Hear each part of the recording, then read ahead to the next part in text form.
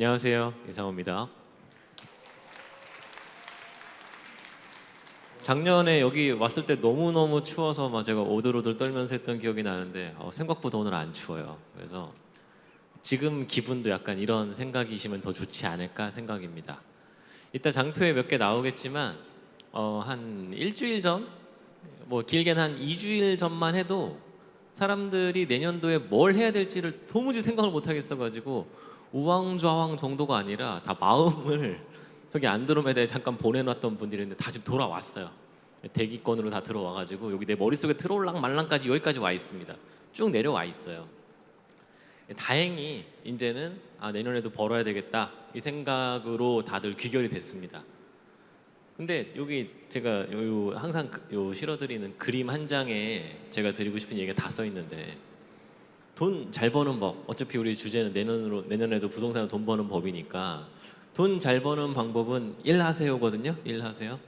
이따가 내용에도 이게 나오는데, 내년에는 특히나 좀 요 생각을 절대 놓치지 좀 마셨으면 좋겠다가 저의 마음입니다. 이게 재테크 박람회인데 사람들이 재테크 박람회 하면 이상하게 본업을 포기하시고 재테크만 엄청 열심히 하려고 하시는 분들이 너무 많지만, 지금 본업이 있으신 분들, 제가 이렇게 보니까 한 15% 분들은 은퇴하셨을 것 같은 나이시고, 아니신 분들이 지금 더 뒤쪽에 되게 많으신데, 절대 그만두지 마시라. 회사 절대 그만두지 마시라. 내년에 그만두셨다가는 취업 안 되실 수도 있습니다. 저는 내년은 좀 전반적인 상황들이 막 재밌을 것 같지는 않으니까 일단은 좀 깔고 내가 들어올 수 있는 현금 흐름은 절대 포기하지 마시고 그 다음에 하실 일을 하셨으면 좋겠다가 결론이에요. 내년에도 부동산 돈 버는 법에 있어서 일단은 내년도에는 안정적인 캐시플로우를 확보하는 거를 깔고, 그게 아니시라면 더 그러셔야 된다 라는 말로 시작을 하겠습니다. 요게 한 1, 2주 동안에 많은 분들의 지금 정신 상태세요. 여기에 지금 동의가 되십니까? 참을 수 없는 어이없음 더하기 상식적으로 이해할 수 없는 행동, 이 두 개가 지금 많은 분들에게 다 이게 깔려 있었어요. 도대체 이건 뭐야? 이런 생각이 한 2주간 있었다. 2주간 있었고, 한국 사람들은 생각보다 빨리빨리 생각이 바뀌기 때문에 여기 넘어갔어요. 약간 이런 상황입니다. 그래서 요즘에 뉴스를 틀어보시면 뭐 이런 거 저런 거 나오는데 지금 많은 분들이 그냥 아무 말을 안 해요. 왜냐면 모르겠거든요. 아무것도 모르기 때문에. 이런 기분으로 내년 한 5월, 6월까지 간다고 얘기들 하는 게 많은 전문가들의 의견입니다. 과거 얘기하는 거죠. 2016년도 얘기하는 거예요. 2016년도 때는 오래오래 쉬었다. 근데 그 거짓말인 거 아십니까? 2016년도에 그때도 뭐 탄핵 있고 뭐 했었는데 그냥 계속 오른 거 아세요? 그렇지 않았어요. 그래서 이게 탄핵 이슈가 부동산 시장에 뭐가 영향이 있냐, 있을 수도 있고 없을 수도 있는데 2004년으로 한번 먼저 가보셨으면 좋겠어요. 2004년에 노무현 대통령 탄핵 갔었다가 안 된 건 기억나십니까? 탄핵까지는 갔다가 탄핵 소추는 갔다가 결국은 그 헌법재판소에서는 통과는 안 인용은 안 됐었는데, 그때 약간 안 오르다가 이렇게 갔고, 어쨌든 이런 마음가짐 때문에, 이런 생각들 때문에 내년에 오래오래 쉰다까지는 아닌데, 내년에는 좀 경제 상황이 썩 그렇게 여의치가 못할 거기 때문에 너무 긍정적으로 생각하지 마시고, 그렇다고 이렇게 다 자포자기 혹은 뭐 망했다 혹은 이민 이런 얘기 하시는 것들은 좀 너무 많이 나갔나 생각이 들고 있어요. 그래서 이런 사람. 근데 요 아몰랑이라는, 제가 말해서 드리고 싶은 얘기가 뭐냐, 우리 아까 제목으로 돌아가요. 우리 제목이 내년에도 돈 버는 법이었잖아요. 옛날 같으면 몰랑 이러고 끝났는데, 이게 아니라 몰랑 더하기 돈이나 벌래. 몰랑 돈이나 벌래. 요즘에 사람들이 뉴스도 안 듣고 단톡방도 다 나오고 그냥 돈이나 벌어야 되겠다 생각만 있어요. 딱 이런 것들에 지금 다들 관심 없어 지금 이러고 계세요. 그래서 요 마음이 저는 중요하다고 생각을 하고 있습니다. 지금 시나리오를 한번 세워보시면 주변 환경 변화에 있어서 이렇게 되면 어떻게 될까? 만약에 이렇게 되면 어떻게 될까를 한번 생각을 해보셨을 때 두 방향에서 별로 차이가 없을걸요? 만약에 어떤 방향으로 가시든 실거주 집을 더 끌어올리겠다는 결정을 하시면 아무 상관이 없어요. 어떤 정책 변화에 있어서도 실거주 집 좋아지는 똘똘이 한 채로 가시는 길은 대한민국 부동산 정책에서 뭐 잠깐 다주택 허용해줬던 적이 있지만 제외해 보시면은 늘 1주택자는 언제나 유리했기 때문에 1주택 더 끌어올려서 난 무조건 상급지 중대형 평수로 갈 거라고 하시는 것들은 언제나 맞아요. 그런 사람들이 담담하죠. 그런 사람들이 뭐 주변 환경 변화 같은 게 무슨 신경이에요. 난 하던 대로 하면 되고 단 돈이 없을 뿐인데 언론 뉴스만 막 맨날 들어보시면 뭐 대출이 됐다 안 됐다 한다 하시지만 사실 대출이 안 됐던 적이 별로 없거든요. 올해 하반기도 뭐 대출 안 된다고 뉴스에 엄청 나왔지만 대출은 다 됐어요. 대신에 금리가 안 좋았죠. 여름 오시기 전에 대출 받으신 분들은 심지어 3에도 받았는데 3% 중반에도 뭐 받았었는데 그게 이제 지금 받으려고 봤더니 좀 나빴을 때는 뭐 4.78도 받았었고 요즘 뭐 조금 좋게 받으시면 4.34 정도 받으시는데 금리 왔다 갔다 한 거였지 대출이 안 나온 적은 없어요. 그거 다 거짓말이에요. 대출이 안 된 적은 없어요. 조건이 안 좋지. 그러면 결국은 내가 이렇게 뭐 호들갑 떨 필요가 하나도 없었다는 결론이 나온 거죠. 이자를 좀 더 내면 되는 문제고 그럼 사면 되는 거고 하는 문제에서 정정 회장님이 남기신 말 중에 전 이게 최고라고 생각했는데 뭐 임자 해봤어 이것도 좋지만 저는 이 말이 너무너무 와닿아요. 내년도는 특히 이 마음을 다들 꼭 마음속에 갖고 계셨으면 좋겠어요. 담담한 마음가짐으로 굳세고 총명하게 살아갑시다 이 말을 제가 좋아하는 말이 다 들어있거든요. 담담함 항상 침착해야 되고 굳세고 총명하게 내가 굉장히 총명한 사람, 똑똑한 사람이면은 내가 생각한 대로 의지대로 그냥 꿋꿋이 밀고 나가는 거예요. 주변 사람들 얘기 듣지 마시고 요 세 개를 다 더해 보시면 사실은 결론은 똑같다.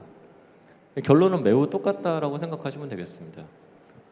근데 제가 한마디 더 드리고 싶은 게 뭐냐면 만약에 주변 환경들이 막 뭔가 변화가 많을 것 같다 생각되시는 분들은 그런 분들 중에 지금 되게 혼란스러운 분들이 뭐 많이 갖고 있는 분들이거든요. 많이. 근데 그 많이 중에 좋은 거 많이가 아니라 안 좋은 거 많이 갖고 있는 분들이 있는데 그거 무조건 안 좋은 거 다 떠시는 게 더 좋을 수도 있습니다. 제가 한 2년 전부터 이 얘기 계속 드립니다. 윤석열 정부 들어와서도 다주택자에 대해서 자유가 하나도 허용이 되지 않는 것들을 너무 오랜 기간 봐와서 앞으로 어떤 환경 변화에 있어서도 다주택자를 살려주고 다주택자를 유리하게 하는 일은 없겠구나가 저희 생각이었는데 역시나 그랬거든요. 벌써 2년 넘게 경험해 보셨고 지난 문재인 정부 때도 계속 경험해 보셨다면 다주택은 이제 좀 그만하는 게 맞겠어.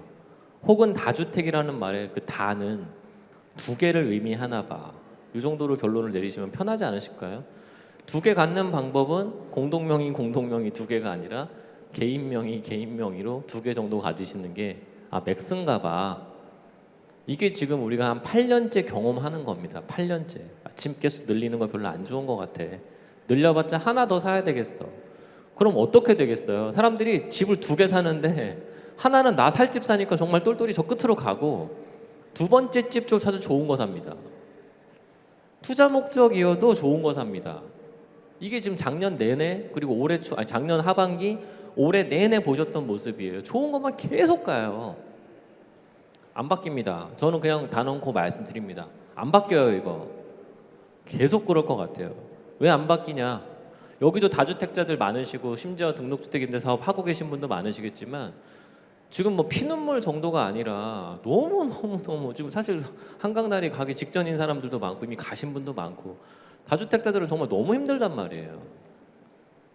그냥 전세보증 같은 거 얘기 자꾸 꺼내는 순간 기분은 나쁜 정도가 아니라 돈을 또 어디서 만들지? 이렇게 생각들이 드시다 보면 지금 무슨 다주택 타령이냐는 거죠. 침착해야 된다는 거 많이 아까도 말씀드렸지만 그리고 이런 거 잘 모르겠는 주변 환경 변화 뭐 이게 되겠냐 안 되겠냐 뭐 누가 되냐 이런 거 제외하자는 거죠. 제외. 결론은 똑같으니까. 결론은 똑같아요. 24년도부터 제가 계속 말씀드리는 내용 중에 하나가 집 3개 이상 사지 말자. 2개만 사자예요. 2개만. 사도 2개만 사고 일단 내가 사는 집은 영원히 살 생각으로 그냥 엄청 큰 거 사서 30년 산다. 오래오래 산다 생각하고 그냥 제일 좋은 거 사서 들어가 살자가 제가 드리는 제안이니까 괜히 어려운 일에 힘 빼지 마시고 막 뭐 어쩌네 저쩌네 뭐 트럼프가 됐네 뭐 어쩌네 다 필요 없어요. 결론은 똑같으니까. 좋은 거 2개 사자. 잊지 마셨으면 좋겠습니다. 바뀌지 않는 거 지금까지 말씀드렸어요. 결론은 말씀드리고 시작하는 거예요. 안 바뀌어요. 대한민국 주택 투자, 특히 부동산 투자에서 안 바뀌는 게 저는 확정됐다고 보는 게 그냥 나 살 집 최고 똘똘이 한 채, 만약에 하나를 더 한다 하셔도 그거 역시 똘똘이 한 채. 투자 용도 똘똘이 아닌 것도 나 거주 용도 똘똘이. 그럼 진짜 최선을 다해야 돼요. 진짜 최선을. 왜 진짜 최선을 다해야 되냐면 아까 2개까지 가시기 전에 하나만 사셔야 될 분조차도 대출을 최대한 받지 않으면 똘똘이로 못 가요. 이 똘똘이라는 게 얼마나 슬픈 얘기인지 아십니까? 내 딴에는 똘똘인데 딴 사람이 보면 똘똘이가 아니에요. 그 지금 남의 생각을 하셔야 돼요. 남들이 봤을 때 아 진짜 좋은 거 샀네 이렇게 얘기가 나올 정도는 돼야 똘똘이고 남들이 봤을 때 뭐 축하해 뭐 이 정도만 하면 이거 잘못 산 거죠. 그 정도로 지금 사람들 생각이 매우 예민합니다. 올 초에 제가 2023년 전망을 저희 회사에서 하는 세미나에서 말씀드릴 때 9억에서 15억 사이 주택들이 무지 애매해질 수 있다라고 말씀드렸거든요. 제가 쓰는 글에서도 엄청 자주 드렸거든요. 9억에서 15억 언저리 왔다 갔다 하는 것들이 애매하다고. 근데 지금 시장도 딱 그렇습니다. 사람들이 좋아하는 집들은 20억이 넘어가야 돼요. 사람들이 좋아하는 집들은 매매가가 무조건 20억이 넘어가야 올해 반등도 제일 많이 나왔고 그렇습니다. 왜 그럴까요? 그 가격에 있는 것들이 상품으로 보면 하나도 안 나쁘고 지난 몇 년간 많이 오른 집들이기도 한데 지금 그 집들을 가지고 싶은 사람들의 욕구를 한번 생각을 해보셔야 돼요. 그 집들을 더 팔고 이사 가고 싶다고 제가 23년도에도 말씀드렸어요. 왜 그러냐? 그런 집들의 대부분이 지난 한 2015, 16, 17 그때쯤 분양을 했고 입주하신 분들은 19, 20, 21 요때 입주를 했고 실거주를 적어도 2년, 4년씩은 다 채우셨고 분양가 생각해 보시면 다 따블 났고 세금도 안 내, 뭐도 안 내, 나 이사 가고 싶어 되는데 그 사람들이 지금 이 집을 팔려고 내놓은 사람이 무지하게 많다는 거죠.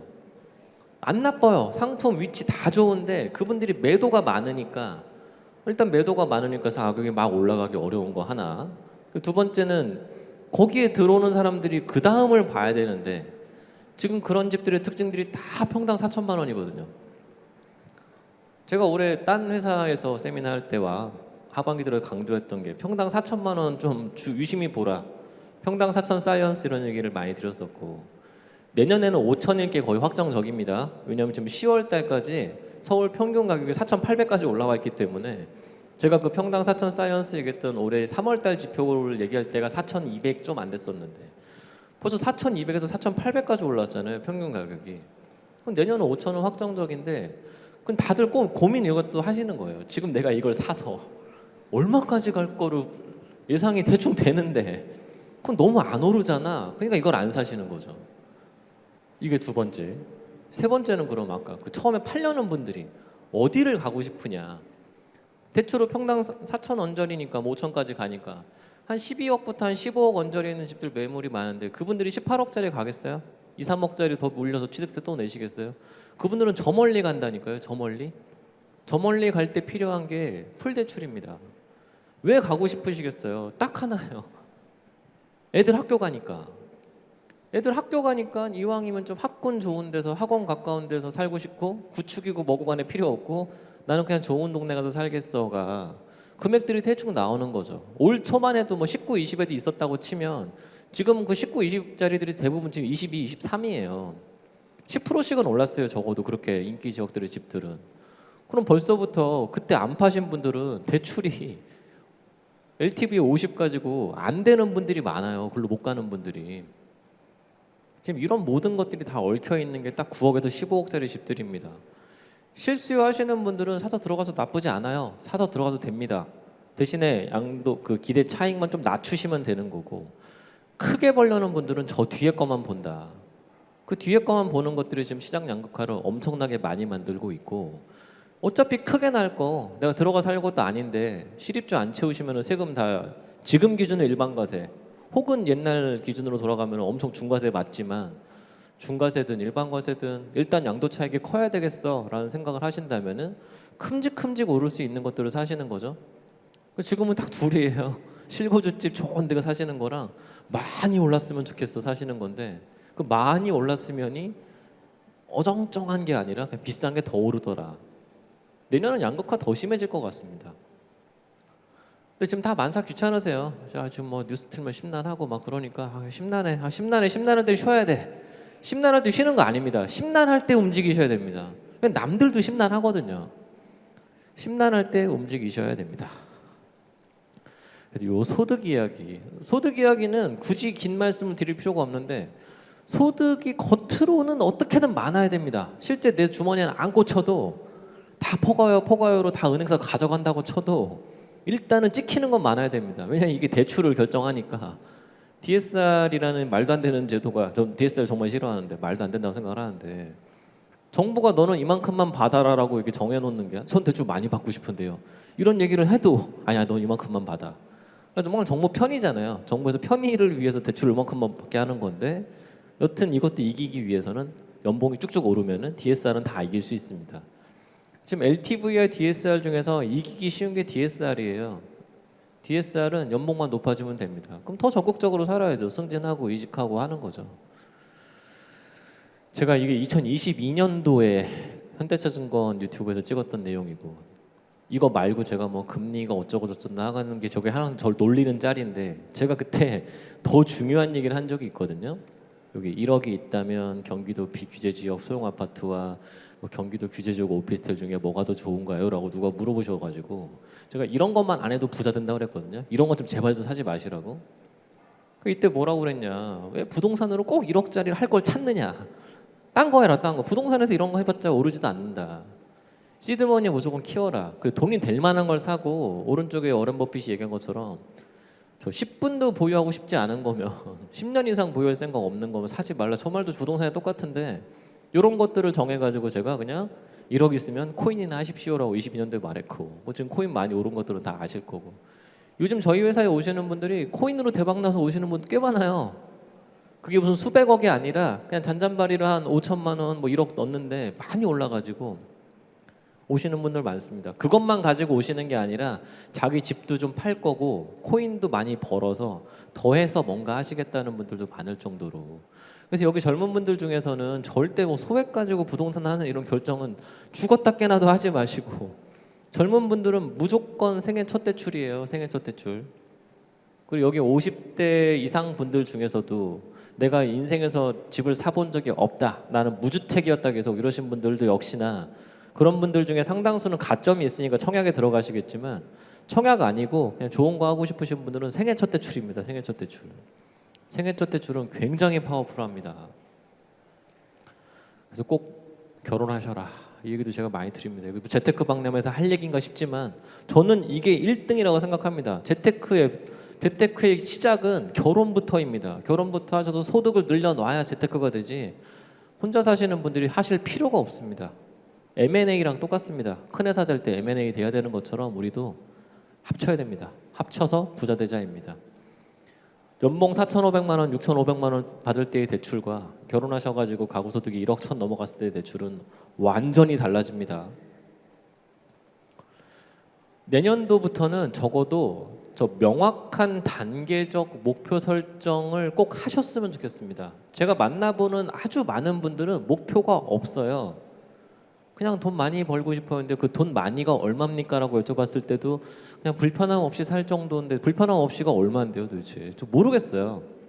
왜냐면 제가 만나보는 분들 중에 누구는 20억만 있었으면 좋겠다도 있고 누구는 100억 있어도 모자란다고 하시고 저희 엄마만 해도 월 1,000만 원만 생겼다고 1,000만 원만 생기면 좋겠다고 맨날 얘기하시지만 아마 우리 엄마도 1,000만 원 만들어드리면 2,000 됐으면 좋겠다고 그러실걸요. 100%. 재테크의 목적이 옛날 어느 신문에 나왔었지만 집을 사야 해서와 노후 자산 축적이 두 개가 거의 똑같이 나왔다고 본다면 그러면 나중에 집을 많이 오를 집을 사서 살고 있다가 그 집으로 노후를 해결하시면 너무너무 좋은 거잖아요. 우리 모두 제일 쉬운 방법이잖아요. 주택연금 가시는 거잖아요. 돈이 없으신 분들은 저런 길로 가셔가지고 주택연금 받으시는 게 최고입니다. 주택연금 되게 파워풀한 제도예요. 자식들만 싫어하죠. 받을 거 없으니까. 공시지가 12억 정도 되는 집들 아직도 가입하기 매우 쉽고 정부가 조만간 다 풀어줄 것 같던데 얼마 전에 보니까 공시 가격 12억 넘는 것들도 민간 주택연금 나올 걸로 지금 보이는 예정이니까 주택연금 받으시려면 무조건 1주택이고 거기서 실거주 하셔야 되거든요. 이런 단계적인 목표를 딱딱 세워놓으셨으면 좋겠어요. 대충 눈에 들어오니까 아 나는 이런 집을 갖고 있다가 이 집의 가격이 얼마쯤 될 때 55세부터 가입하실 수 있으니까 요거 들어가가지고 나는 주택연금 받으면서 죽을 때까지 받다 갈 거야 라고 세워놓으시면 목표가 나오잖아요. 나는 월 이만큼씩 받았으면 좋겠고 국민연금도 조금 나올 것 같으니까 더 해가지고 나의 노후가 이런 식으로 한 70%가 해결될 수 있는 방법은 자산 가격이 상당히 좋을 수 있는 집을 사놓고 살다가 들어가는 방법. 굉장히 사소한 것 같지만 이거 되게 쉬운 방법입니다. 매우 쉬운 방법인 주택연금을 이용하기 위해서 목표 설정을 난 하자. 몇 살에 살 거고 거기서 그 집에서 몇 년까지 살 거고까지가 아니라 내가 이 집에서 죽을 때까지 살 수도 있으니 그러면 연차를 잘 결정하셔야 될 거 아니겠어요. 지금 30년 차 집을 사가지고 내가 여기서 30년 40년을 더 산다는 결정을 못 하시잖아요. 그러면 신축을 사야 되겠구나. 신축 사가지고 뭐 어차피 주택연금 들어가는데 그 순간부터는 안 올라도 되잖아요. 금액 확정이잖아요. 그런 분들은 아까 제가 9억에서 15억 사이의 강북의 신축 아파트가 매우 좋은 답일 수 있습니다. 이 정도 했고 뭐 주택연금 받는다 하면 문제 없으니까 괜찮죠. 그래서 지금 다들 니즈가 다른 겁니다. 이런 니즈 저런 니즈가 다 각각의 선택지가 따로따로 있어요. 그냥 일괄적으로 지금 이게 좋습니다. 이게 좋습니다가 아니라 나이대와 지금 경제 상황에 맞게 다 각각에 맞는 답들이 있고 지금 만약에 노후 준비가 잘 안 되어 계신다는 생각이 드신 분들은 주택연금 공식 좀 적극적으로 고민해 보셨으면 좋겠어요. 제가 5050 요 이슈를 되게 중요하게 생각을 하는데 오타니가 5050 하겠다는 목표는 없었거든요 인생에. 근데 5050을 했어요. 자기가 미국 가가지고 이거저거 해보니 할 게 몇 개 안 남은 거죠. 그리고 특히나 올해 같으면 투수도 못 하니까 그래 타자로 할 수 있는 것 중에 제일 새끈한 게 뭘까? 그냥 아무도 안 했던 거니까. 이 양반은 항상 목표 설정이 더 높아지더라고요. 저희도 요 가운데 이 만다라트라고 불리는 옛날 고등학교 때 만들었다는 오타니의 목표책인데 가운데에 뭘 넣을지부터도 명확하게 하지 않는데 뭔 놈의 재테크가 되겠냐. 너무 이게 지금 정신교육 같아 보이지만 정신교육 맞아요. 지금 하실 일은 정신교육이에요. 세부적인 강론은 다 아세요. 뭐 어떻게 해야 되고 어떻게 해야 되고는 다 아시기 때문에 가운데에 뭘 넣을 거냐 그리고 내가 그 시간이 언제쯤 뭐가 필요하냐를 정하시는 게 지금 더 중요해요. 그러면 다 돼요. 이 오타니 목표 보이세요? 18세부터 42세까지 매년 목표가 있어요. 매년. 물론 지금 좀 늦어진 게 있어요. 저 양반이 결혼을 좀 빨리 하는 게 목표였고 28세에 첫 아들이 꼭 나와야 되는 사람이에요. 저 사람은 아들, 딸도 결정이 돼 있어요. 심지어. 근데 결혼을 지금 30살에 했어요. 2년 늦어졌죠. 아무튼 보시면 이런 목표를 세워놓고 하겠다고 하면 되는데 우승도 했잖아요. 얼마 전에. 우리는 그럼 목표 제대로 세우는 거 하나라도 있느냐. 저희 손님들도 목표가 다 애매하다니까요. 제가 맨날 해드리는 게 그 목표 잡아드리는 거예요. 지금 선생님의 상황을 봤을 때는 이때쯤 되시면 이렇게도 될 수 있는데 안 하실 확률 한 75%고 제가 막 도시락 싸들면서 막 하면은 할 확률 한 15% 된다.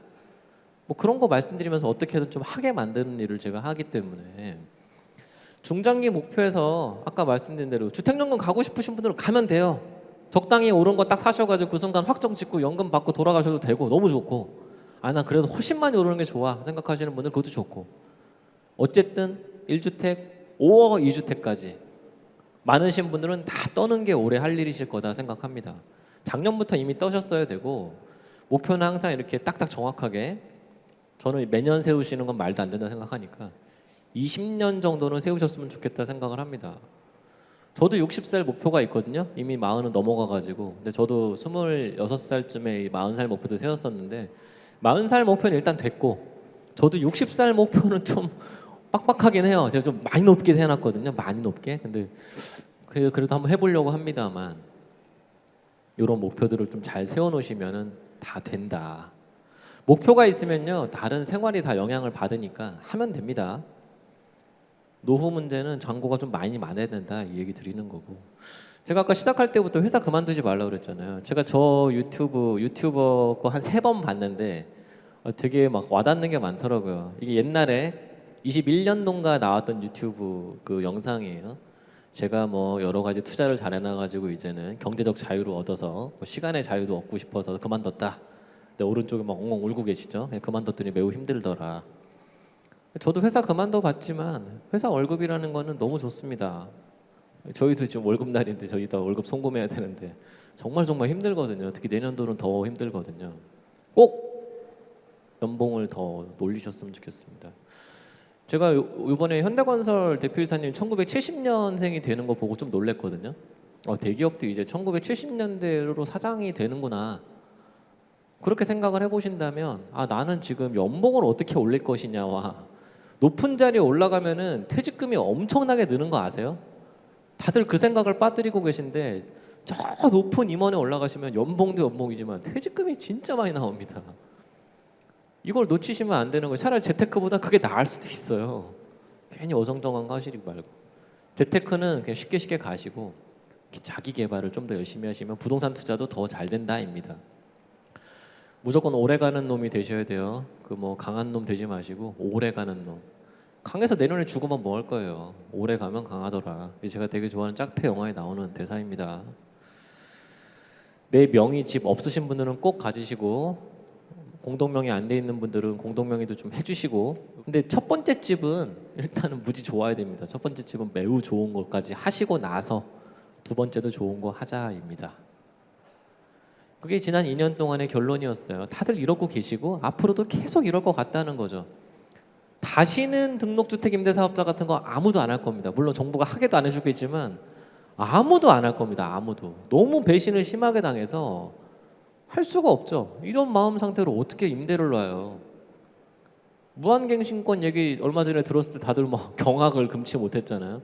그 답글 보셨습니까? 막 박수치고 환호하고 막 임대인 놈은 막 이러면서 막 욕하면서 막 그래 니네는 평생 뭐 우리 집이나 갖고 있어라 세금이나 내라 막 이런 거 쭉 보시면 끄덕끄덕 하시면 돼요. 이제는 그냥 사람들과 얽히지 않는 길로 가겠다가 많은 분들이 갖고 있는 답입니다. 사람들과 얽히지 않고 제일 많이 오를 집이 뭐냐 봤더니 그냥 실거주하는 제일 좋은 집들이 그냥 쭉쭉 오르더라 했어요. 슬픕니다. 이런 유튜브 같은 거 그만 보실 때가 됐고, 이게 올 연초에 나왔던 그 수많은 유튜버들 막 100만 뷰씩 나왔던 그 유튜브의 그런 막 중요 한 줄씩 나왔던 그 요약이었는데 결과적으로 들으니까 다 맞았어요. 아직 상승 시작도 안 했다. 뭐 제발 이때까지 기다려서, 이때까지 팔지 말란 뜻이죠. 이때까지 사지 말란 뜻이 아니라 하반기 진짜 무서운 게 옵니다. 한강변 9평 아파트 60억 얘기 들었죠. 역대급 부자가 될 기회 버리지 마세요. 저때 샀어야 됐다니까요. 기다리라는 뜻이 아니라 그때도 그냥 샀어야 되는 것처럼 지금도 심란하다 이러지 마시고, 내가 잔잔바리 사러 가시는 거는 말린다. 저는 강하게 말씀드리는데 지금 좀 실거주로 나 완전 점프할래요 하시는 분들은 지금 되게 기회가 좋고, 우리나라는 항상 설 오기 전에 사는 겁니다. 설 지나고 나서 사는 게 아니라 설 지나기 전에 사셔야 됩니다. 그게 제일 매매가 좋아요. 이런 유튜브는 그만 보시고 저 지금 보고 계시니까 그냥 보고서 믿으시면 좋을 것 같고, 하던 대로 제가 지금 2년째 이장표 보여드리고 있어가지고 저도 재미가 없어요. 하던 대로 하시면 됩니다. 하던 대로 하시면 됩니다. 근데 이 하던 대로가 잘못된 분들이 있어요. 맨날 뭐 주말마다 버스 타고 어디 가셔가지고 막 맛집 찾아간다는 핑계 하에 무슨 강원도 가시고 충청북도 가시고 막 전라북도까지 가셔가지고 막 쓸데없는 거 막 사갖고 오시고 지금 난리죠. 안 팔려가지고.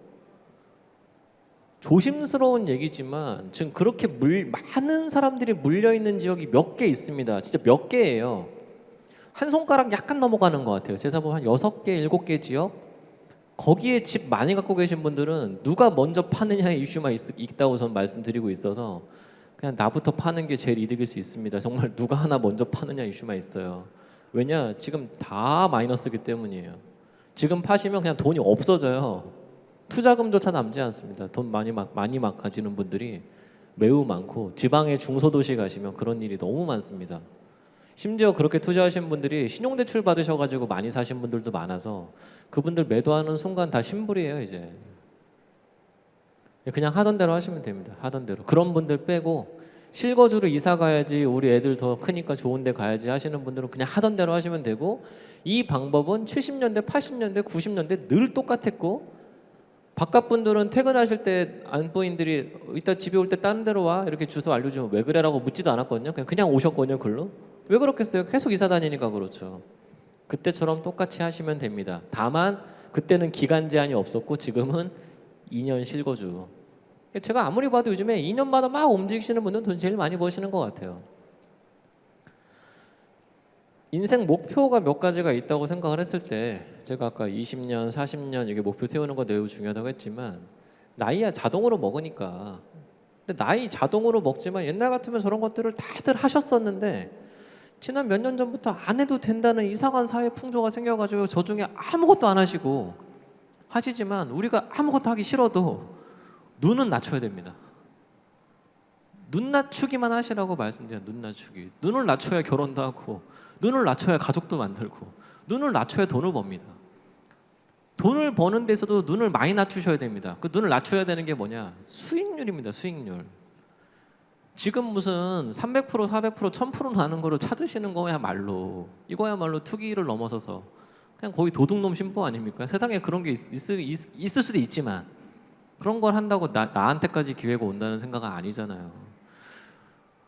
여기서 눈 낮추기의 대상에서 절대 하면 안 되는 대상이 나 들어갈 살 집 살 때만 있습니다. 저는 들어가 살 집 살 때만.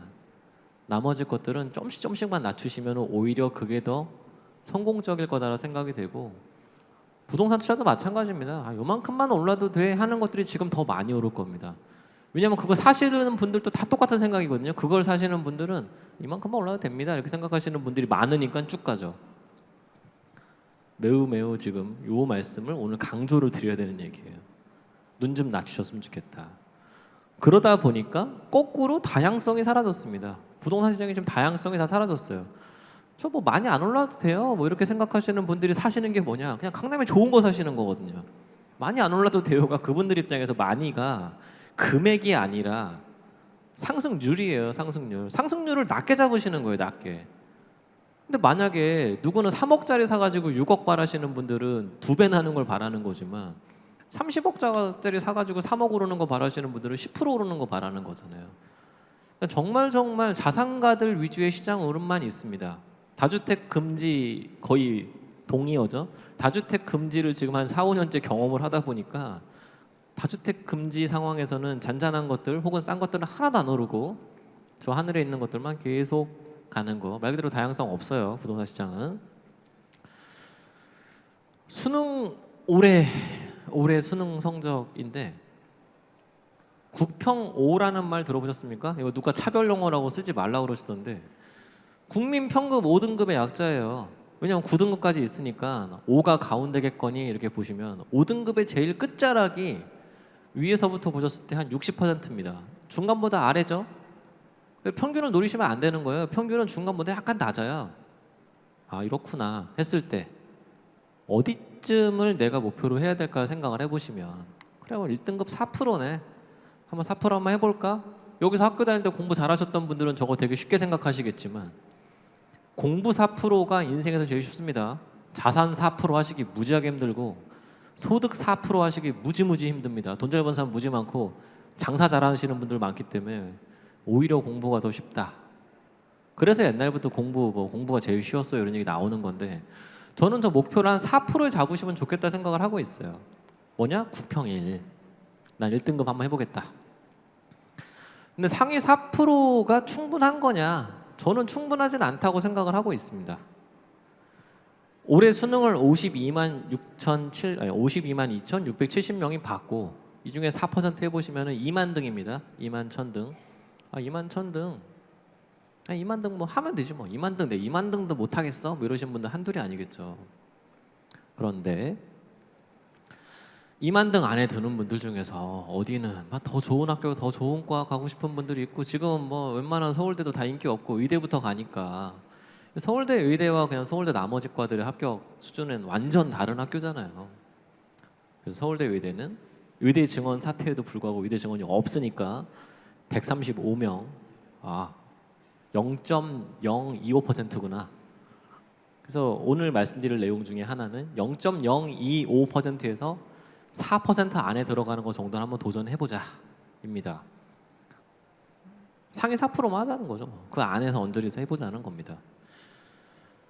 서울 주택이 378만 6,041호가 있고 4%를 곱해 보시면 15만 1,441호인데 참고로 강남 2구 아파트가 20만 호 약간 안 됩니다.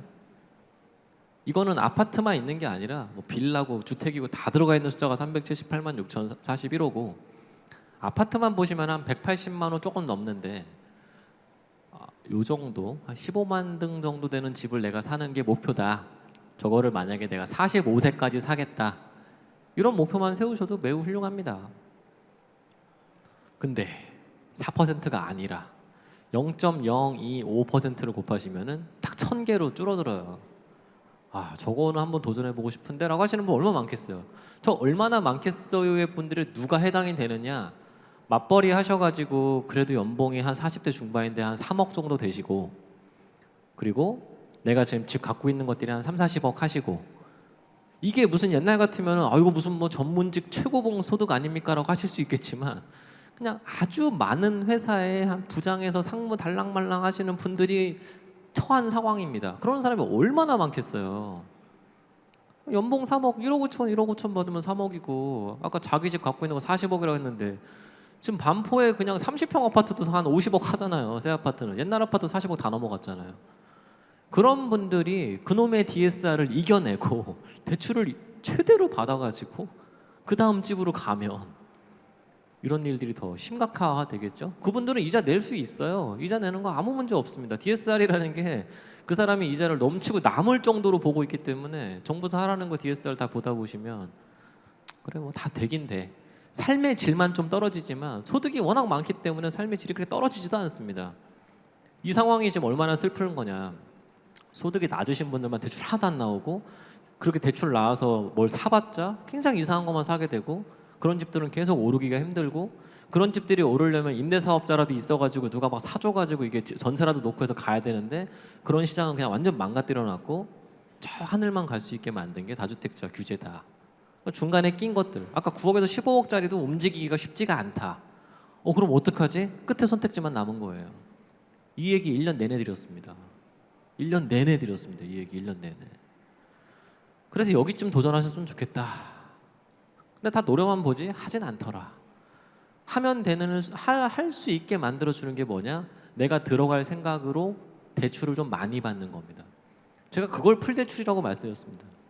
풀대출이라고 얘기했더니 막 또 어떤 분들은 뭐 이거 영끌하고 뭐가 다르냐 또 막 이상한 거 얘기한다 그러시지만 영끌은 아까 그 되지도 않는 거 같은 거를 막 대출 받아서 투기 욕구에 의해서 막 자꾸 막 뭘 사는 게 영끌이고 개수 늘려가지고 쓸데없는 거 갖고 있는 게 영끌이고 그냥 풀대출이라는 건 저의 정의는 우리 가족들을 위해서 내가 주거 환경을 좀 끌어올릴 건데 내가 다른 소비를 약간 포기하는 대신에 좀 진짜 지배 레벨을 많이 올리는 걸로 가는 게 풀 대출입니다. 풀 대출 해봤자 내가 못 낼 만큼의 대출을 해주지 않기 때문이에요. 정부에서 한번 해보셨으면 좋겠어요. 아까 제가 공부가 가장 쉬웠어요. 이분 공부가 가장 쉬우셔서 서울법대도 가셨고 좀 변호사도 하고 계시는 분인데 요 말을 깨닫는 나이가 제가 봤을 때 40살인 것 같습니다. 40살쯤 되면은 맞아 공부가 제일 쉬웠던 것 같아. 왜냐 돈이 안 벌리거든요. 공부가 가장 쉬웠어. 맞아요.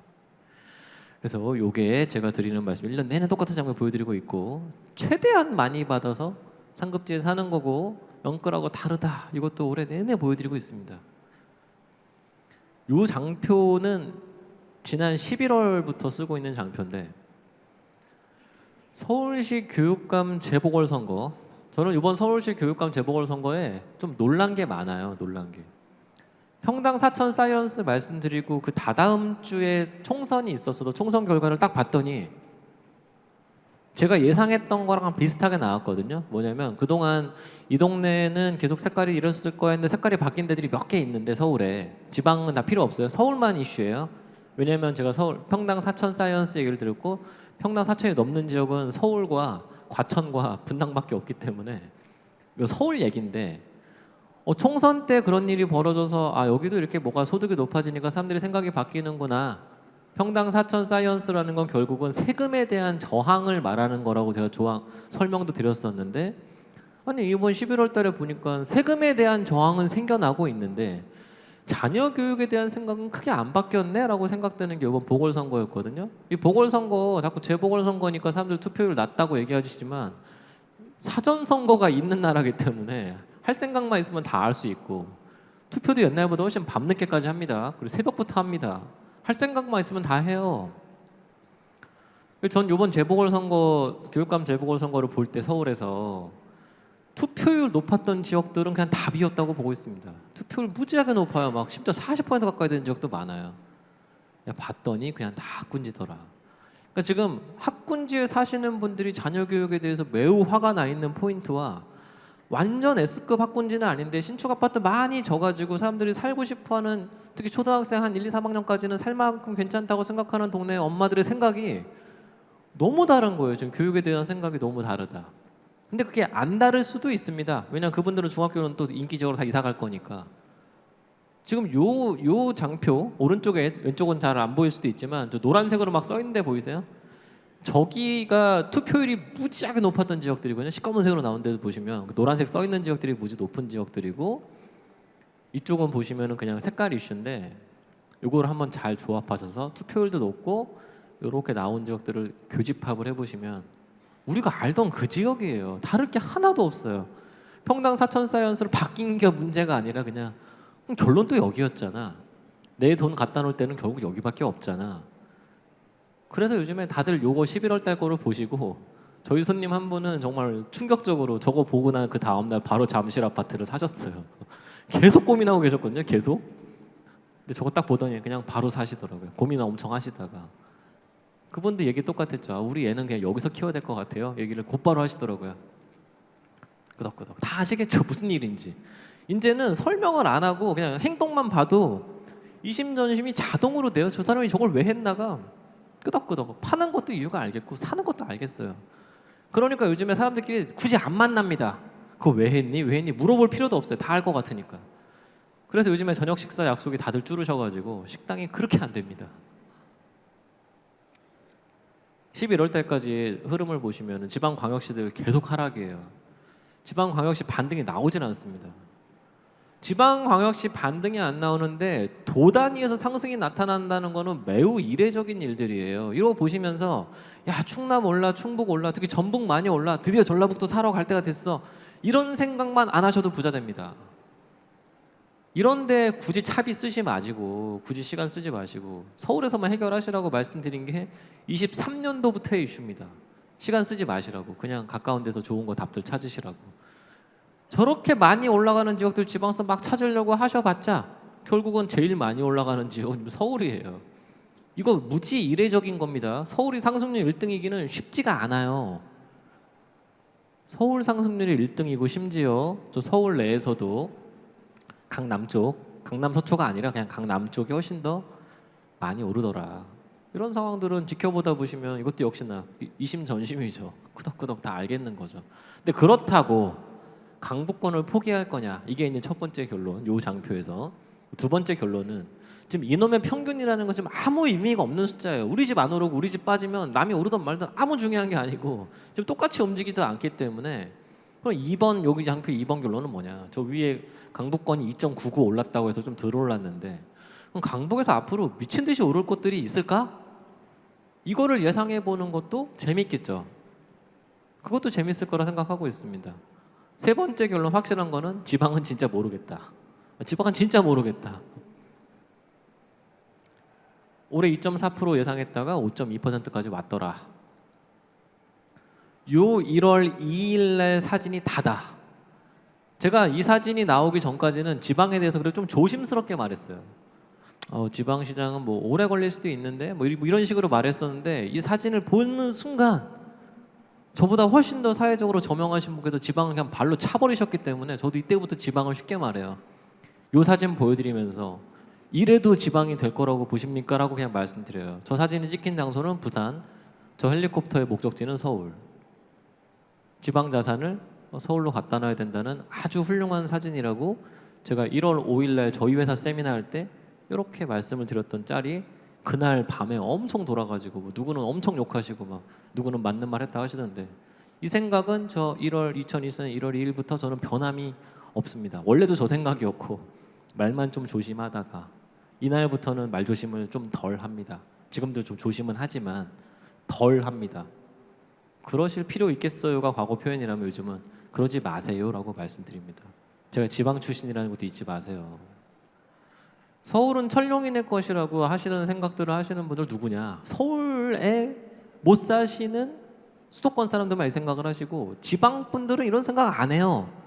왜냐면 지방 분들은 서울에 집을 톡톡 산단 말이죠. 사놓고 안 오세요. 저희 손님들 중에 지방 분들도 그냥 사놓고 서울에 오질 않으십니다. 어차피 그냥 돈 넣어놓으려고 산 거지 뭐 내가 이거 들어가 살 것도 아닌데 하시기 때문에 처음부터 많이 오를 거 알려주세요 해서 이렇게 사놓고서 그냥 계속 두세요. 근데 경기도 분들만 내가 여기 들어가 살아야 될지도 모르겠다 생각을 자꾸 하시면서 보다 보니까 약간 선망의 대상을 넘어서 약간 질시의 대상까지도 가버린 게 서울은 천룡인의 것이라는 뜻인데, 그렇게 봤더니만 올해 갑자기 이제 또 유명하신 분께서 나가 이러는 거죠. 앞으로 서울에 살지 못하게 하겠다. 이런 얘기를 듣는 순간 서울 사람들은 나 내 집인데 뭐 이러시니까 안 나갈 거고, 지금 서울의 세입자분들이 이 생각을 들으셔야 되는 거예요. 집 한 번도 안 사보시고 집은 영원히 빠질 수 있고 일본식 장기 불황과 뭐 기타 등등의 이슈들로 집 갖고 있는 건 바보고 나는 계속 메뚜기를 뛰면서 새 집에서만 살 거야 하시는 분들에게 저 말이 딱 들어맞는 거죠. 조만간 나갈 수도 있다라고 말해주는 이런 얘기들이 그분들만 또 모르세요. 지금 이런 일들을 올해 굉장히 많이 경험을 하고 있습니다. 그래서 어제 나온 제가 내는 책인데, 저 을사년, 내년이 을사년이거든요. 을사년은 정신 똑바로 차리라고 조그맣게 써놨어요. 내년 더 힘들 거니까 정신 똑바로 차리라고. 제가 저 말을 써놨더니만 저희 구독자들 중에 자영업 하시는 분들이 저한테 카톡을 막 보내면서 다 엉엉 울면서 카톡을 보내세요. 지금도 힘든데 내년 더 힘들다고요? 확정이에요. 내년 더 힘들어요. 정신 차려야 돼요. 더 힘들어요. 더 힘들어. 근데 꼭 이렇게 얘기하면은 집값 빠집니까? 이러시는 분들이 있어요. 지금은 평균이 아무 의미가 없기 때문에 그렇게 해서 집값이 빠지는 집들이 뭐겠어요. 아까 말씀드렸던 좀 재미없는 집들은 빠질 수도 있는데, 저 빠진다는 말 안 했어요. 빠질 수도 있는데 상승할 집들은 뭐냐, 저런 이슈로 하나도 안 힘드실 분들 집들은 쭉 가겠죠. 양극화입니다. 양극화. 아까 제가 집이 없는 분들은 서울에서 내쫓길 가능성이 매우 높다라고 말씀을 드리고 있는데, 여기 보시면 뭐 서울뿐만 아니라 뭐 인천, 경기, 서울 오른쪽에 보시면 서울은 강남권, 강북권 보셨을 때 그냥 월세 상승률은 똑같아요. 지금 뭐 지역적으로 여기는 이래서 오르고 저래서 오르고가 아니라 그냥 서울은 강남이고 강북이고 월세가 쫙 올라가고 있고, 지금 이게 월간 상승률인데 지금 전세 가격 월세 가격 월간 상승률이 1%가 넘는 달이 꽤 많이 보이지 않습니까? 진짜 많이 오릅니다. 내가 지금 월세를 안 사시는 분들은 몰라요. 전세값도 마찬가지입니다. 내가 자가주택에 사시는 분들은 전세가 빠지든 오르든 관심이 없잖아요. 아무튼 전세값뿐만 아니라 월세가 매우 강하다. 그러면 돈이 없는 분들은 월세 살지 뭐 이러던 분들조차도 이렇게 해서 저렇게 해서 아까 서울을 떠나게 될 가능성이 매우 높습니다. 그러니까 지금 더 모르시는 거야. 어디로 가야죠? 이렇게 자꾸 물어보시는 거예요. 이사도 어디로 가야 될지 모르겠어요. 자꾸 세가 오르니까 어디로 가죠? 이러니까 무한 계약갱신권 얘기 나왔을 때 다 물개박수 치는 거예요. 무한 계약갱신권 나와도 될 가능성에 대해서는 뭐 거의 99.999% 아니겠습니까? 다주택자들만 안 될 거라고 믿지만 이런 건 뭐 금방금방 될 수 있어요. 그래서 항상 이 생각만 듭니다. 안 돼. 근데 돼. 안 돼. 돼요. 내 생각과 다 달라요. 그래서 정신이 몽롱해진 이런 분들, 다주택자분들은 하루빨리 다주택을 빨리 다 정리하시는 게 이제는 옳아진 것 같습니다. 가져갈 방법이 없어서 그래요. 제가 유튜브에서 이런 얘기 자주 드리니까 그래도 이거는 그나마 방송되고 있기 때문에 조심해서 말하는데, 제 유튜브도 역시 방송되고 있지만 막말하고 있기 때문에 거기 오시면 좀 더 쉽게 말씀드립니다. 올해 몇 번 말씀드렸던, 올해 3월 달부터 계속 말씀드리고 있는 시옷, 치읓, 사천, 처신. 시옷, 치읓, 치읓. 처신을 잘해야 돼요. 이 처신은 지금 평당 4천. 근데 내년은 제가 아까 시작할 때 왠지 5천일 것 같다고 말씀드렸죠. 그럼 여기서 얻어야 되는 시작점이 뭐냐? 4천만 넘겼다고 안심이 아니라 따라가줘야 되는데 가 첫 번째고요. 4천이 아니었지만 지금 연말이 오다 보니까 사천으로 쭉 갖다 붙어주는 애들이 있었습니다. 올해 3월 달에 사천에서 훨씬 더 아래에 있었는데 한 3,400, 3,500이었는데 사천을 넘긴 지역도 있고 사천으로 막 같이 따라가 주는 애들이 있습니다.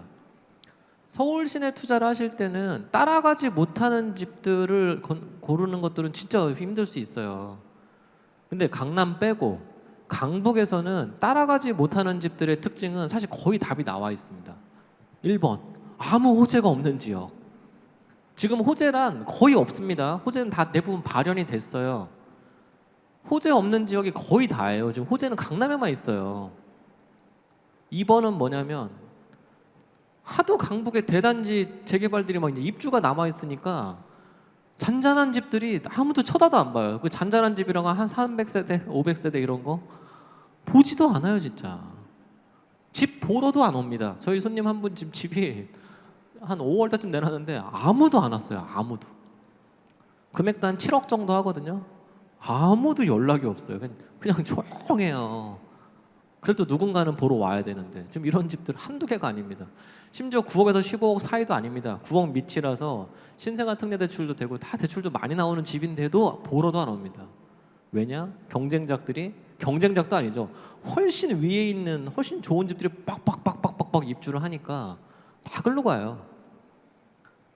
제가 한 2년 전인가? 제가 기억이 정확히 안 나는데 올림픽 파크 포레온 그때 막 나쁘다고 막 언론사에서 막 이런 거 하고 할 때 그건 그냥 하시면 되고 근데 그 옆에 막 되게 조그만 아파트들 분양이 막 많았었거든요. 제가 그거 하지 마시라고 막 말씀드렸었는데 왜냐면 너무 가까워서 이 12,000세대짜리 아파트에 그냥 힘을 다 뺏기고 있는 지역에서 200세대짜리 아파트, 100세대짜리 아파트 갖고 계실 때 시세가 도대체 유지가 되겠냐 그런 말씀을 드린 적이 있었거든요. 지금 강북은 이런 위기에 빠져 있습니다. 동네가 다 바뀌는 게 1등 선호예요. 강북에서는 동네가 다 바뀌는 거. 제가 장이동 말씀을 그냥 대놓고 말씀드린다고 몇 번 말씀드렸는데 강북에서 장이동 언저리만큼 빠르게 바뀌는 동네가 없습니다. 그리고 빠르게 더하기 규모도 이만합니다. 얼마 전에 서울 온라인파크도 분양할 때 뭐 비싸다 어쩌다 했지만 어쨌든 쫙 개발되잖아요. 커야 돼요. 이제는 규모가 커야 돼요. 무조건. 바뀌는 거 이제 5분 동안 말씀드린 몇 개 없거든요. 바뀌는 거는 금리가 좀 내려갈 가능성이 있겠죠. 벌써 2번 내렸죠. 몇 개 좀 더 내릴 수도 있고 안 내릴 수도 있고 이거 가지고 또 요즘 말들 많습니다. 미국에서 안 내린다네 올린다네 뭐 어쩌고 저쩌고 하지만 아무튼 경기는 매우 안 좋고 어제 한국은행에서 뭐라고 그랬죠. 앞으로 우리나라 1% 상승률 거의 1% 경제 성장 거의 확정적으로 얘기했죠.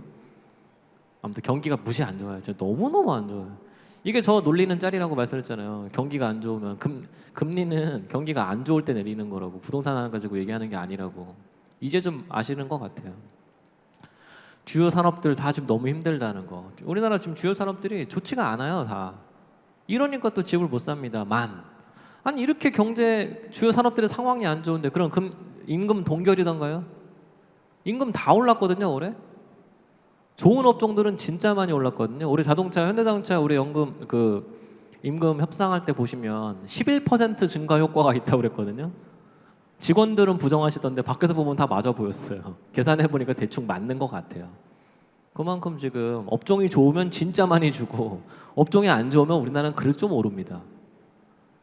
그래서 집값이 막 무너지는 일이 잘 없어요. 내년도 증권사 얘기들 들어보니까 뭐 제조업에서 좋다고 얘기하는 게 하나도 없고 제조업에서 특히 좋다고 하려면은 우리나라는 저산업들이 중요하니까 반도체, 차, 화학, 제철, 조선이 5개가 좋아야 되는데 여기서 보면은 조선 정도 들어있더라고요. 조선 정도. 근데 조선 좋아지는 건 우리 지금 여기 이렇게 앉아 계신 분하고 아무 상관이 없습니다. 아무 상관이. 그리고 전 조선업종 출신이어서 제가 이 얘기는 항상 부정합니다. 저는 여기까지만. 그래서 여기 내년도 제조업에서 좋다고 말하는 게 그닥 없다. 그러면 임금 인상률이 그냥 밋밋할 것 같다입니다. 올해 크게 바뀐 것 중에 하나가 수도권의 그린벨트 잔뜩 풀겠다. 그린벨트 잔뜩 풀어서 집을 잔뜩 지을 줄 알았는데 생각보다 몇 채 안 되고 특히 저기서 서리풀 같은 데는 보시면은 한 2만 호 짓기로 했는데 저 중에서 한 절반은 장기 전세로 짓겠다. 그럼 내가 못 사잖아요. 역시 상관이 없더라. 그러니까 이런 뉴스를 이제 아무도 안 들으시는 게 저기 땅 주인들은 좋고 부동산 집 투자하시는 분들하고는 아무 상관이 없고 저 뉴스를 듣는 순간 우면동 사시는 분들 막 기분이 무지 언짢아져야죠. 우리 동네 옆에다가 집을 잔뜩 짓는데 또 임대주택을 잔뜩 짓겠다고 이런 얘기 들으면 그래서 얼마 전에 이거 확정적이지 않지만 뭐 육사 이전해야 된다, 뭐 태능 뭐 어쩌고저쩌고 했을 때 노원구 사람들이 좋아할 거냐는 거죠. 이미 이전 년에 이거 했다가 주민들 반발이 너무 세가지고 이제부터는 이렇게 택지 개발하는 것들을 좋아하는 사람이 그다지 없습니다. 좋아하는 사람들은 땅 주인들만 좋아하시는 거죠. 4장 남았습니다. 내년도 강남 입주입니다. 내년도 강남구의 입주가 좀 유명한 단지들만 해보면 청담로엘, 아크로 삼성은 분양 없습니다. 1대1 재건축이라서 그냥 입주만 있는 거고, DH 제델로이는 얼마 전에 했고, 둘 다 했죠. 청담로엘도 했고 DH 제델로이도 했죠. 얘네 가격이 내년에 얼마일 거냐가 무지 중요할 것 같습니다. 특히 첫 번째 거, 저 청담로엘이 도대체 가격을 얼마를 뽑아줄 거냐. 지금 반포 맨날 이러고 계시는데 반포에 신축이 있었으니까 그런 거고, 강남의 한강변은 진짜 정말 거의 제가 봤을 때 거의 처음인데, 이런 대단지 신축이 처음 들어왔을 때 청담동 신축 아파트 가격은 도대체 얼마일 겁니까? 라고 얘가 보여주지 않을까. 특히나 여기에 대형 평수 가격이 얼마일지가 되게 중요할 거라고 보고 있어서 이 청담로엘은 내년에 좀 이렇게 째려보고 계셔야 됩니다. 저거 보여주면은 뭐 재건축들도 움직이기 쉬워지죠. 일반 분양이고 뭐고 다 쉬워지니까. 서초구 메이플자에 입주하죠. 메이플자에 입주하고 원페를라는 좀 이따 분양할 거고, 저 옆에 있는 반포도시 오퍼스 21은 메이플자이랑 거의 붙어있는 아파트입니다. 아, 잠원동 재건축 크게 들어오는구나. 저랬을 때 포인트는 잠원동의 다른 아파트들도 매우 하고 싶어질 거다입니다. 근데 문제는 지금 남아있는 데들이 너무 작아가지고 공사비를 도대체 얼마를 줘야 시공사가 들어올까라는 남아있는 그 고민만 하나 있어요. 아, 진작할 걸. 아마 평당 한 1,200, 1,300원 불러야 들어오지 않을까요? 그래봤자 공사비가 얼마 안 돼서 하고 싶지가 않아요. 시공사들이 너무 금액이 작아서. 송파구, 이게 사실 내년에 최고 이슈입니다. 최고 이슈. 잠실 레미안 아이파크와 잠실 로열이라고 하는 롯데백화점 바로 앞에 있는 그 자리에 신천동의 아파트가 한 5,000세대 가까이 들어오는데, 저는 올림픽파크 포레원보다 이 두 개 아파트 입주가 더 신경 쓰입니다. 왜냐하면 올림픽파크 포레원만 해도 그래도 좀 밖에 나가는데, 이거는 정말 많은 사람들이 선호하는 그 잠실동이 아니어서 그렇지 신천동이잖아요. 제가 내년에 가장 유심히 보려고 하는 포인트가 아까 청담로얄 대형 평수 얼마 갈 거냐 하나와도 있지만, 이 두 개 아파트 입주가 국평을 얼마까지 뽑아주면서 지금도 매우 강한 L3 리센트 국평 가격에 가만히 있을 거냐, 더 뽑을 거냐 말 거냐, 혹은 얘네들이 얼마까지 갈 거냐가 되게 중요한 포인트라고 생각을 하고 있습니다. 참고로 L3 리센트 국평 무려 지은 지 15년 다 돼가지만 지금 28억 5천까지 나왔잖아요. 그럼 얘네는 얼마 할 거냐, 신축인데. 이게 저의 지금 가장 큰 고민입니다. 왜냐하면 얘네가 앞에 3자 넘어가기 시작을 하면 강남 아파트가 너무 싸지잖아요. 마지막 장표 강북 레미안 라그란데, 이문 아이파크자이, 휴경자이 디센시아, 다 거기서 거깁니다. 동대문구. 여기도 진짜 엄청나게 많습니다. 합쳐보시면 거의 10,000세대 조금 안 되는데 한 방에 들어옵니다. 한 방에 쫙쫙쫙쫙. 이 정도 들어오면 동네가 바뀝니다. 헬리오시티 들어올 때랑 올림픽파크 포레온 들어올 때랑 이문 뉴타운처럼 이렇게 대단지로 들어오면 동네가 바뀌는데, 그래서 1만 호 입주가 중요한 건데, 아까 그 서울원 아이파크부터 장이동까지는 한 3만 호 들어옵니다. 새 아파트로. 얘기가 좀 다르잖아요. 그래서 이제는 신도시 재건축 정도까지는 하고 택지 같은 거는 할 필요가 없는 겁니다. 그린벨트 해제도 역시나 할 필요가 없는 겁니다. 강남, 서초, 송파 더하기 그냥 강북의 주요 이슈까지 함께 말씀을 드렸습니다. 2025년도에 바뀌는 건 금리 조금 내려갈 수 있다는 거 더하기, 이런 엄청나게 들어오는 입주들에서 얘네들 가격이 얼마를 보여주는데, 묻어가는 동네가 있고 묻어가는 게 아니라 나는 밑으로 갈 수 있는 동네도 있고, 다 사람들이 글로 가버려서 이거 어떻게 해야 되지입니다. 2025년도 서울 평균으로 올랐고 강북도 올랐고 강남도 올랐지만, 강북에서 지금 강남권에서 하락한 구도 꽤 많습니다. 25년도에 지금 4개 구는 하락했어요. 이렇게 장이 좋은 것 같아 보여도 하락한 구도 있습니다. 그런 것들 피하시는 게 내년도, 적어도 내후년도까지는 답이지 않을까 보고 있습니다. 왜 지금 약한 지역이 내후년까지 약할 것 같냐? 아직도 임대사업 등록된 게 많기 때문입니다. 그분들 자동 마수되는 시간이 아직도 쭉쭉쭉 남아 있어요. 지금 반등이 빠르게 나타난 지역들은 임대주택 등록주택 임대사업자 말소가 이미 좀 많이 끝난 지역 더하기 인기 지역 두 개가 교집합이고, 약간 덜 인기인데 임대사업 등록된 게 아직도 많은 집들은 나오는 족족 팔고 계시기 때문에 매물이 쭉 눌려 있습니다. 가격들이. 이런 거 생각하시면서 타이밍 잡으시면은 가문도 잘 유지가 되지 않을까 생각이 되고 있습니다. 제가 오늘 정신교육만 하지 않았습니다. 정신교육을 무려 30분 가까이 했지만 정신교육 이퀄 목표를 똑바로 세우라는 거고 그 이후에 내년도 이슈에 대해서도 정리를 해드렸으니까 써머리 하셔서 지금 당장 집에 가시는 길에 꼭 하나씩 사서 가셨으면 좋겠습니다. 식사 맛있게 하십시오. 감사합니다.